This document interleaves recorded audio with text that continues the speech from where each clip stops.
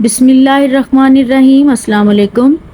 Learn Urdu with Mrs Sadia Farhan سے میں حمد کے آج دوسرے حصے کی طرف آ رہی ہوں، جہاں پہ ہم حمد کی پڑھائی اور مشکل الفاظ کے معنی دیکھیں گے۔ تو چلیے آج کی ویڈیو شروع کرتے ہیں۔ سب سے پہلے یہاں پہ کچھ الفاظ ان کا تلفظ دیکھتے ہیں کیا ہے۔ تو پہلا لفظ ہے دیپ، جس کے معنی ہیں دیا یا چراغ، دامن، جھولی، گود یا قمیض کے جو درمیان والا حصہ ہوتا ہے اس کو بھی دامن کہا جاتا ہے۔ اوس، شبنم، پربت، پہاڑ، دانائی، حکمت، عقل مندی یا سمجھ بوجھ۔ بھید، اس کا معنی ہے راز۔ اس کے بعد ہے لفظ اسباب، جس کے یہاں حمد میں معنی ہوں گے وسائل یا ساز و سامان۔ ویسے اس کا دوسرا معنی ہے وجوہات، سبب کی جمع ہے اسباب، یعنی وجوہات یا وجہ۔ اس کے بعد اب ہم آتے ہیں پڑھائی کی طرف۔ کس نے سورج چاند بنائے اور تاروں کے دیپ جلائے، کیسے کیسے باغ سجائے، رنگ برنگے پھول کھلائے۔ رنگ برنگے مطلب مختلف رنگوں کے۔ کوئل کوکی، کوئل کی آواز ہے یہاں پہ، کوک کی آواز ہے اس کی۔ بھونرا گونجا، یہ ایک سیاہ رنگ کا کیڑا ہے بھونرا، جو عام طور پر پودوں پہ منڈلاتا ہوتا ہے۔ بلبل نے بھی گیت سنائے، گیت مطلب نغمہ یا گانا۔ کلیوں کے دامن بھرنے کو اوس کے موتی بھی برسائے، کھیتوں کو ہریالی دے دی، ہریالی یعنی سبزہ۔ پربت پر بادل لہرائے، دریا دریا موجیں اٹھیں، جنگل جنگل پیڑ اگائے۔ پیڑ کا مطلب ہے درخت۔ انگوروں کی بیل چڑھائی، سبزے کے قالین بچھائے۔ تتلی کو رنگین بنا کر اڑنے کے انداز سکھائے۔ انداز کا مطلب ہے طریقہ۔ انسان کو دانائی دے کر کیسے کیسے بھید بتائے، میرے خدا نے، سب کے خدا نے یہ سارے اسباب بنائے۔ یہاں پہ شاعر ہیں ماہر القادری، ہمارے بڑے مشہور شاعر ہیں۔ عزیز طلباء، اس کے ساتھ ایک چیز اور بتاتی چلوں آپ کو کہ یہاں کچھ ایسے الفاظ ہیں جن کے عام طور پہ ہم سارے ہی معنی جانتے ہیں، بڑے آسان سے لفظ ہیں، جیسے گیت کا میں نے معنی بتایا، پیڑ کا مطلب بتایا، انداز کا مطلب بتایا، ہریالی اور رنگ برنگے کا مطلب بتایا۔ بتانے کا معنی مقصد یہاں پہ یہ ہے کہ جب کبھی ہم معنی الفاظ یا مترادف لفظ جو ہے وہ بعض اوقات اگر کسی پیپر میں پوچھ لیا جائے تو اس وقت فوری طور پہ کچھ الفاظ کے جو معنی ہیں یا مترادف ہیں، ہم معنی لفظ ہیں، یہ اس وقت ذہن میں نہیں آتے، تو اسی لیے جو ہے وہ آسان سے آسان لفظ کا بھی جو ہے معنی بتانا میں ضروری سمجھتی ہوں۔ یہاں پہ آپ دیکھیں گے کہ ٹھہریں اور بتائیں یہاں پہ لکھا ہوا ہے، اور یہاں پہ کچھ سوالات دیے گئے ہیں۔ یہاں ان سوالات کا پوچھنا اس لیے ضروری ہے کہ سبق کو روک کر اتنی سی بات جو بتائی گئی ہے اس کے بارے میں پہلے معلومات فراہم کرنا ضروری سمجھا گیا ہے، تاکہ تھوڑی چیز جتنی پڑھی جا چکی ہے اس کے بارے میں آپ اچھی طرح سے جان لیں۔ تو یہاں پہلا سوال ہے، تاروں کے دیپ جلانے سے کیا مراد ہے؟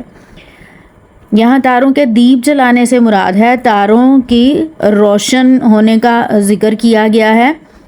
تاروں سے روشنی حاصل کر رہے ہیں آسمان پہ، جب رات کو آپ تارے ٹمٹماتے دیکھیں گے، ان کو روشنی ان کی دیکھیں گے تو وہ ایسے ہی لگتا ہے جیسے کوئی چراغ جلائے گئے ہیں۔ اسی طرح ہے اوس کے موتی برسانے کا کیا مطلب ہے؟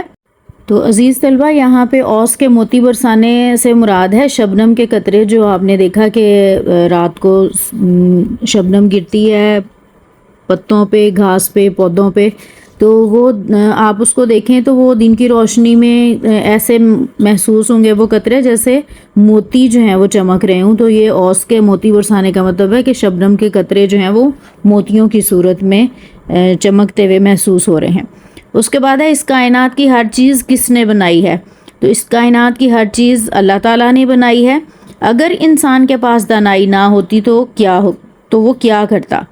تو اس کا جواب یہ ہے کہ اگر انسان کے پاس اللہ تعالیٰ نے اس کو عقل و شعور، دانائی، حکمت اور سمجھ بوجھ نہ دی ہوتی تو ظاہر ہے انسان اس کائنات پہ، دنیا کی حقیقت پہ، فطرت پہ، اللہ تعالیٰ کی قدرت پہ غور نہ کرتا، اور اگر وہ ایسا نہ کرتا تو اللہ تعالیٰ کو نہ جان پاتا اور نہ اللہ تعالیٰ کی توحید کا جو ہے وہ اس کو تسلیم کرتا۔ اللہ تعالیٰ کو ایک ماننے کے لیے ضروری ہے کہ اللہ تعالیٰ کی ان ساری چیزوں پہ غور کیا جائے، کیونکہ کائنات کی ساری چیزیں اس چیز کی گواہی دیتی ہیں کہ ان کو چلانے والا، ان کو بنانے والا، ان کو پیدا کرنے والا کوئی ایک ذات ایسی ہے جو کسی عام انسان کے بس کی بات نہیں، تو اللہ تعالیٰ کی توحید کا جو عقیدہ ہے وہ ہمارے دل میں مضبوط ہوتا ہے۔ اس کے بعد دیکھیں کہ اس حمد کو پڑھنے کے بعد ہم نے کیا سیکھا۔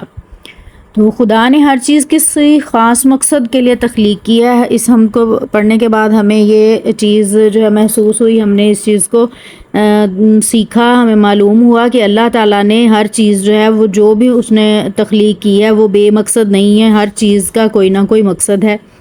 خدا تعالیٰ ہی اس کائنات کو خالق و مالک ہے، اور اللہ تعالیٰ ہی اس کائنات کا پیدا کرنے والا ہے، اور اس پہ اس بادشاہی بھی اللہ تعالیٰ کی ہے۔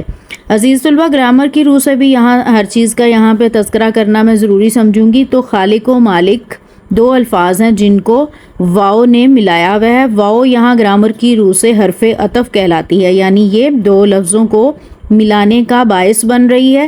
عام طور پہ یہ دو لفظ یا تو مترادف لفظ ہوں گے یا متضاد ہوں گے، اور عام طور پہ یہ دونوں ایک ہی زبان کے لفظ ہوتے ہیں، اور دو الفاظ جب مل کے ایک لفظ بنے گا تو یہ مرکب لفظ کہلائے گا، اور ایسا مرکب لفظ جس میں پھر درمیان میں واو آئے تو وہ مرکب عطفی کہلائے گا۔ تو یہاں پہ اس کے بعد ہے انسان کو عقل و دانائی دی گئی ہے، اسی طرح سے عقل و دانائی بھی مرکب عطفی ہے۔ انسان کو عقل و دانائی دی گئی ہے تاکہ وہ کائنات کے بھید جان سکے، یعنی اللہ تعالیٰ نے انسان کو جو عقل و شعور دیا ہوا ہے، جو اس کو سمجھ بوجھ دی ہوئی ہے، وہ اسی لیے ہے تاکہ وہ کائنات پہ غور کر سکے اور جو کائنات میں چھپی ہوئی چیزیں ہیں ان سب چیزوں کو جان سکے۔ سورج، چاند، ستارے، باغات، کوئلیں، پھول، پرندے، کلیاں، کھیت، دریا، جنگلات، سبزے اور تتلیوں سمیت ہر چیز اللہ تعالیٰ نے پیدا کی ہے۔ اس حمد میں ان ساری چیزوں کا ذکر ہوا ہے، تو ان سب چیزوں کو اللہ تعالیٰ کی قدرت ہے کہ یہ اللہ تعالیٰ ان سب چیزوں کو پیدا کرنے کی قدرت رکھتا ہے، طاقت رکھتا ہے۔ کوئی انسان ایسا نہیں ہے جس کے بس کی بات ہو کہ ہر چیز کی وہ تخلیق کر سکے۔ تو یہ ساری اللہ تعالیٰ کی نعمتیں ہیں، ساری اس کی تخلیق کی ہوئی چیزیں ہیں جن کا اس حمد میں ذکر کیا گیا ہے۔ تو بچوں، اس میں آپ کو ساتھ ہی یہ بتانا چاہوں گی، اس لائن میں آپ نے دیکھا تمام چیزوں کا ذکر کرتے ہوئے ایک علامت استعمال کی گئی تھی۔ رموز اوقاف میں اس علامت کو سکتہ کی علامت کہا جاتا ہے، جس کا مقصد یہ ہوتا ہے کہ جو مختلف چیزیں ایک جملے میں بیان کی گئی ہیں ان کو مختلف ثابت کرنے کے لیے، الگ الگ اس کو پڑھنے کے لیے، الگ الگ ثابت کرنے کے لیے اس کے درمیان میں یہ علامت لگائی جاتی ہے، اور سکتہ کی علامت جہاں پہ ہوگی وہاں تھوڑی دیر کے لیے ہم نے رکنا ہوتا ہے۔ انگلش میں آپ اس کو کوما کہتے ہیں۔ اس کے بعد ہے وہی اس دنیا کا نظام چلا رہا ہے اور وہی سب کو زندگی، موت اور رزق دیتا ہے۔ نظام ہے یعنی کاروبار، اللہ تعالیٰ کی ذات ہے جو اس کائنات کا سارا کاروبار اور نظام چلا رہی ہے، اسی کے ہاتھ میں زندگی، موت اور رزق ہے، یہ کسی انسان کے بس کی بات نہیں ہے۔ چنانچہ ہمیں اسی کی حمد و ثنا بیان کرنی چاہیے۔ حمد و ثنا بھی مرکب عطفی ہے، اور اس کے احکامات کی تعمیل کرنی چاہیے، یعنی اس کے احکامات کو تسلیم کرنا چاہیے، ماننا چاہیے۔ یہاں پہ احکام کی جمع ہے احکامات، اور حکم کی جمع ہوتی ہے احکام۔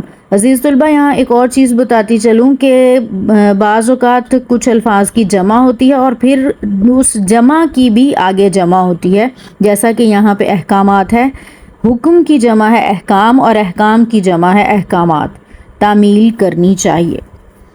برائے اساتذہ کرام، یعنی یہاں اساتذہ کرام کے لیے بھی ایک انسٹرکشن دی گئی ہے، ہدایت دی گئی ہے کہ غیر مسلم بچوں کو اسلامی مواد پڑھنے پر مجبور نہ کیا جائے۔ امتحان کی صورت میں انہیں متبادل سوالات دیے جائیں، متبادل یعنی اس کا نیم البدل یا اس کو بدل کر جو سوال دیے جائیں گے۔ اچھا، یہاں غیر مسلم بچوں کو کیوں اسلامی مواد پڑھنے پہ مجبور نہیں کیا جا سکتا؟ اس کا مقصد یہ ہے کہ ہم اسلام جو ہے وہ جبراً کسی کے دل میں نہیں اتار سکتے۔ ہمارا اسلام جو ہے، ہمارا مذہب اس چیز کی تعلیم نہیں دیتا کہ ہم زبردستی کسی کو مسلم بنائیں، زبردستی اس پر اسلامی تعلیمات تھوپیں، کیونکہ عقیدہ توحید دل سے ماننا اور دل سے یقین کرنا ہے۔ چونکہ اس لیے اگر کہیں غیر مسلم طلباء پڑھ رہے ہوں تو ایسا مواد جو اسلامی مذہب سے متعلق ہے، ہمارے مذہب سے، تعلیمات سے، ان کے مذہب سے ٹکرا رہا ہے، تو وہ مجبور اس بات پہ نہیں ہو سکتے کہ انہیں لازمی پڑھایا جائے۔ اس صورت میں ان کو سوالات بدل کر دیے جاتے ہیں، عام طور پہ اخلاقیات کا موضوع ہوتا ہے یا پھر کوئی جنرل جو ہے وہ عنوان جو ہے ان کے لیے سلیکٹ کیا جاتا ہے۔ عزیز طلبہ، آج کی یہ حمد کی پڑھائی اور اس کے الفاظ معنی ضرور آپ نے غور سے سنے ہوں گے۔ اگلی ویڈیو میں مشقی سوالات کے ساتھ اور دیگر گرامر کے موضوعات کے ساتھ دوبارہ آپ کی خدمت میں حاضر ہوں گی۔ تب تک کے لیے اجازت چاہوں گی۔ اللہ حافظ۔